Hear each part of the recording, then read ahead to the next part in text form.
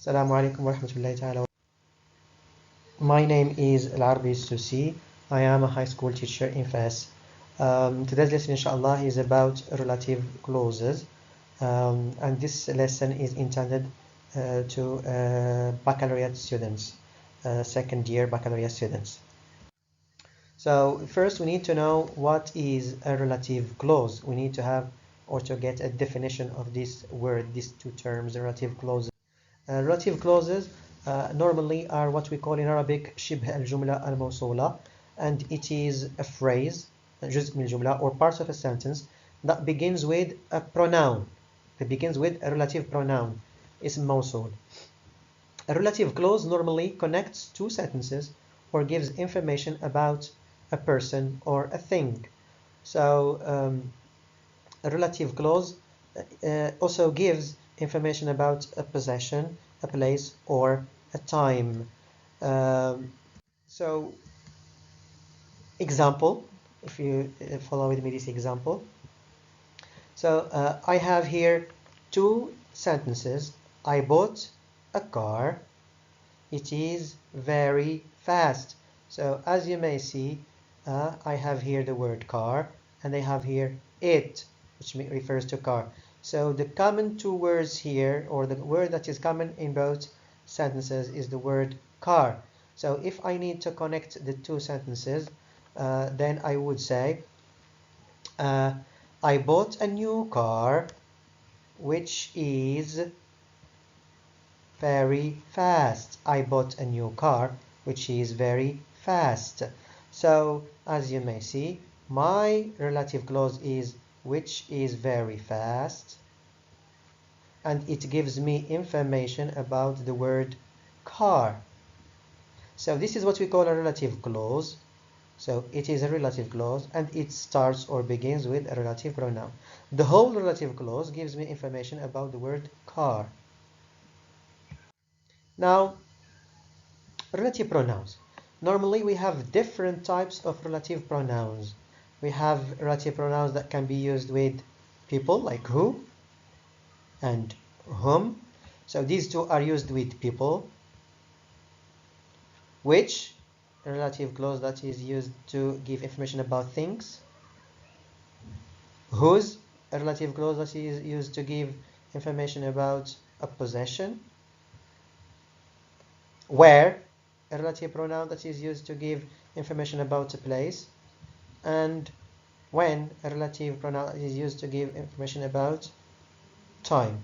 In fact, these two last ones are not pronouns, they are adverbs, but they can work as a relative pronoun, the same work, they do the same job as the four preceding ones, these ones here.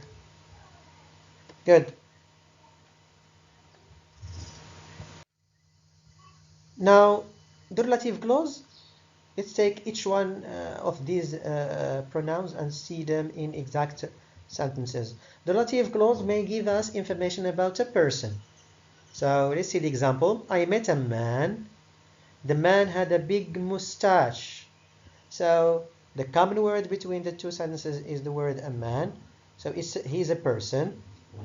So in this case, if I want to connect the two sentences, I would have the sentence as follows. I met a man who had a big mustache. Notice the use of who, because here we are giving information about a person. So we used who, had a big mustache. My relative clause is who had a big mustache. It gives me information about a person. Let's see some other examples. The relative clause may give information about an object or a thing. شيء من الأشياء. Example, I sent a letter. The letter arrived 3 weeks later. So, you may see here, the common word between the two sentences, what they have in common is the word letter. Letter, you see? Sorry, the word letter. So this word here is in common between the two sentences. So if I need to connect the two sentences, I sent a letter which arrived 3 weeks later. I sent a letter which arrived 3 weeks later. Notice the use of which here. The use of which here, because we are speaking about an object. This is a letter. We are speaking about an object. That's why we use the relative pronoun which. My relative clause then is which arrived 3 weeks later. All this phrase here is a relative clause. A relative clause may give information about a possession. In the example, Ali is my best friend. Ali's father is a policeman. Ali's father is a policeman. So in this sentence here, we are having information in the second sentence about Ali's father. Notice here with me the use of the possessive S. Notice with me here the use of the possessive S. Ali's father. So in this sentence, we are speaking about the father of Ali. So here we are speaking about possession. And in this case, we are going to use the word Ali. Whose father? So the use of the relative pronoun whose, because the father is of Ali. So Ali, whose father is a policeman, is my best friend. Notice here the use of this phrase here as a relative clause between two commas. We will explain this later on, inshallah, in the video.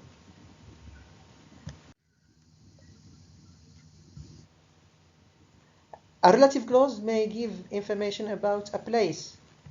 Example, that is the house. I was born in that house. So here we are speaking about a place. What is this place? It's the house. The house. That is the house. I was born in that house. I'm speaking about the house here as not an object, but as a place. In. Pay attention to the use of the preposition in that place. So when I need to use a sentence, that is the house where I was born. That is the house where I was born. And notice here my phrase here, the relative clause here is giving information about the house as a place. Good. Now the last example, a relative clause may give information about time. The sentence, the summer was long and hot, they got married in that summer. So the sentence here is speaking about a summer as a time.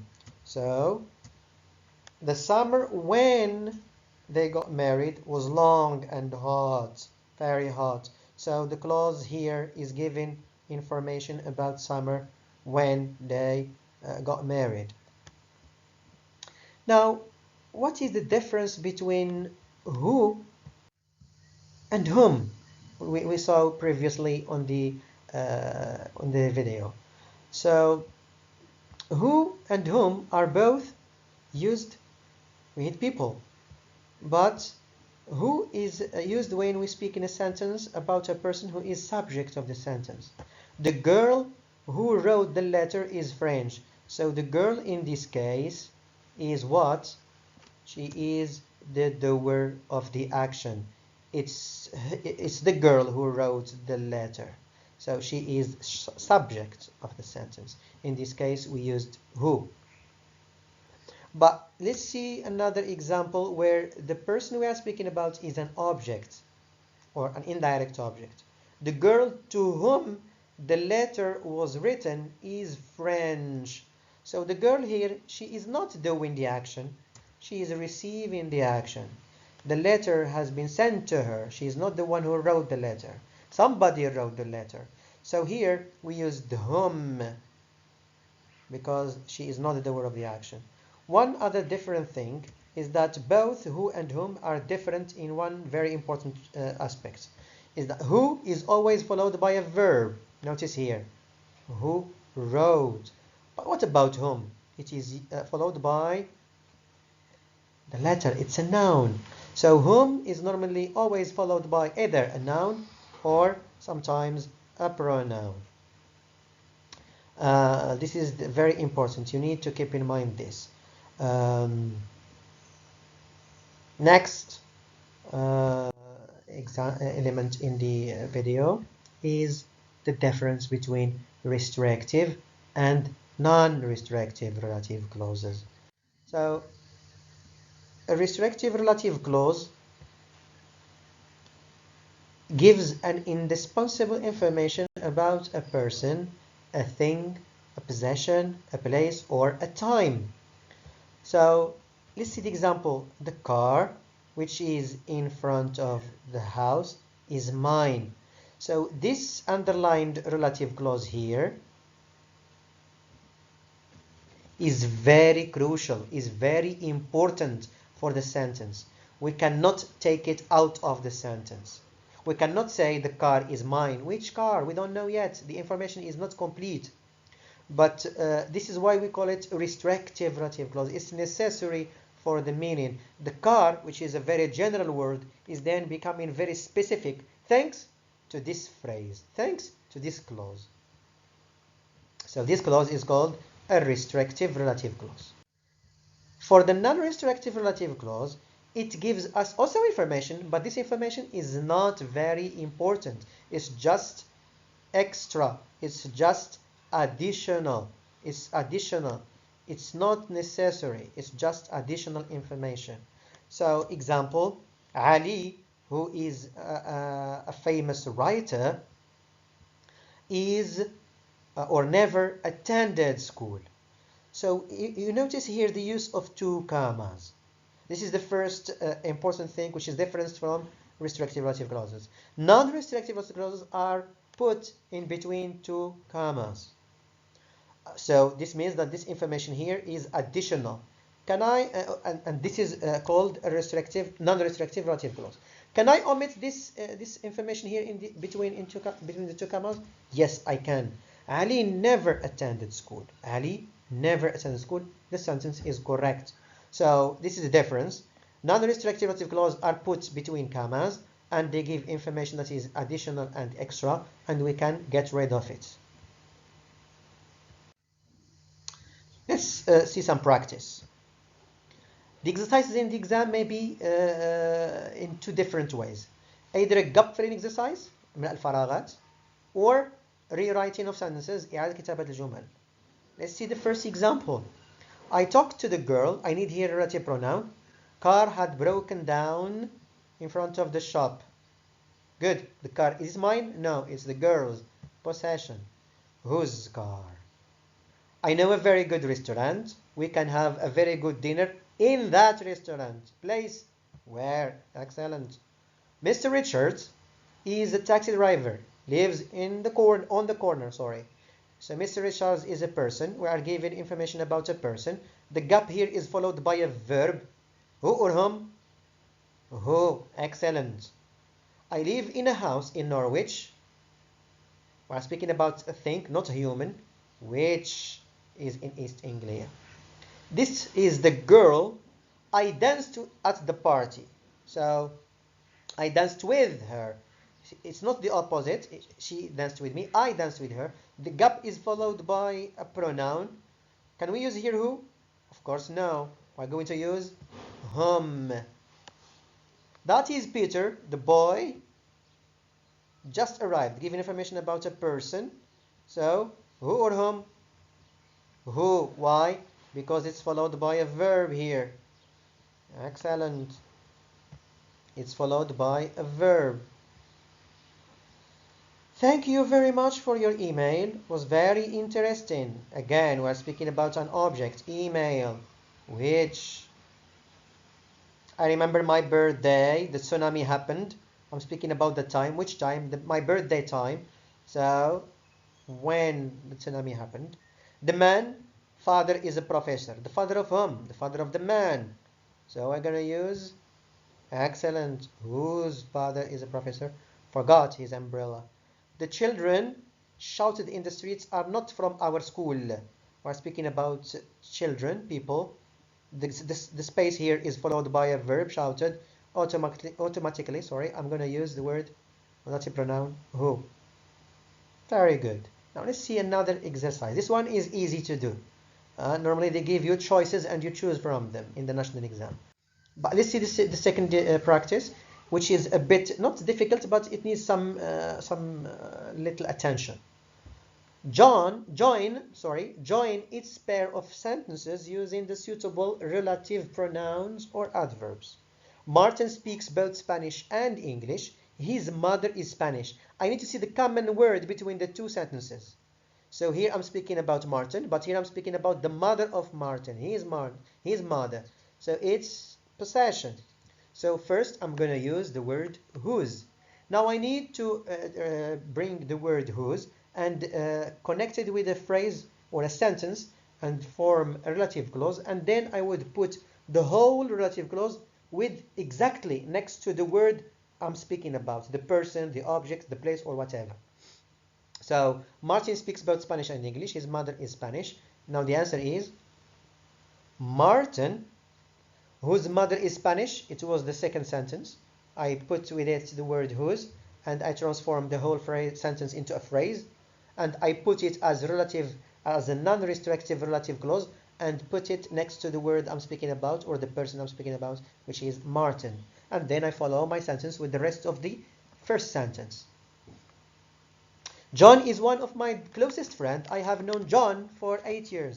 So this is John. We're speaking about John here. But I have known John. He is here an object. Whom. Good.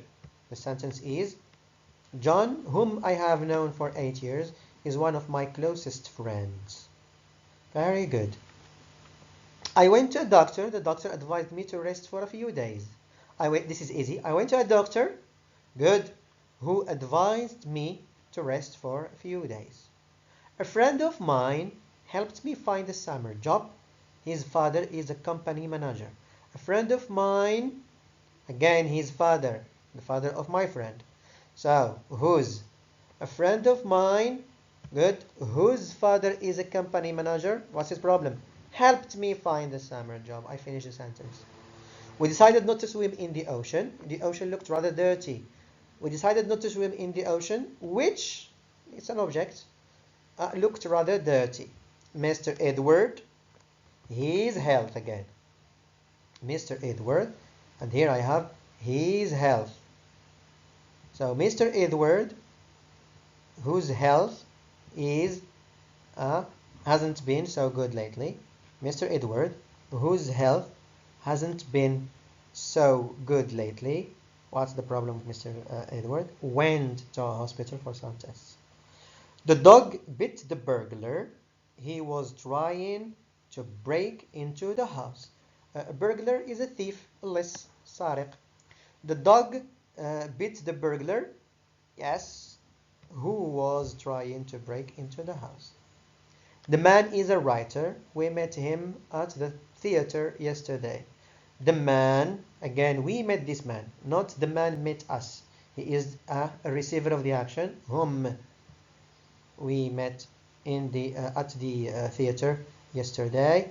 The man whom we met at the theater yesterday is a writer. So I hope I helped you a little bit understand what we mean by relative clauses and relative pronouns. And I thank everybody for watching my video. Thanks for watching. I wish you all the best. See you next video, inshallah.